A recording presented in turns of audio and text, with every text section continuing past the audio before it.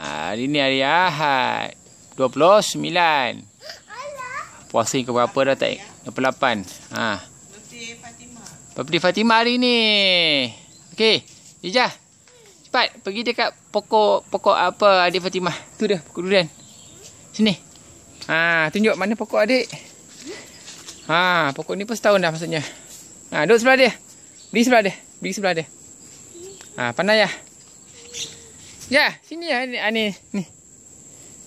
Dija beri sini. Pandai ya. Kejap je. Pandai beri. Senyum. Dija. Jap.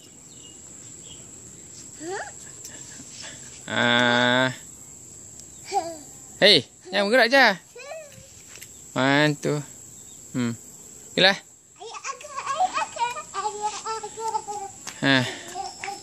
Ayah baru lepas tebas pokok ciku.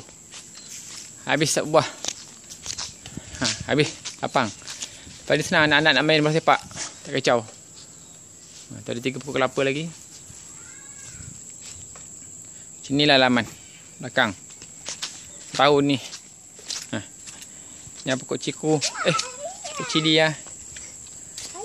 Tu pokok apa?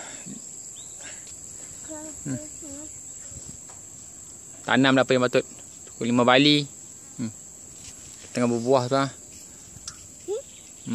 tu bunga apa dia? Buah naga.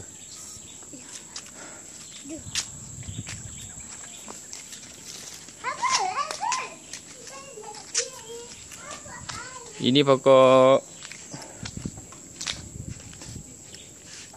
pokok apa ni? Pokok manggis. Pokok manggis ni pun bakal tebang kalau tak buah. Tahun ni bagi last. Okey, Assalamualaikum.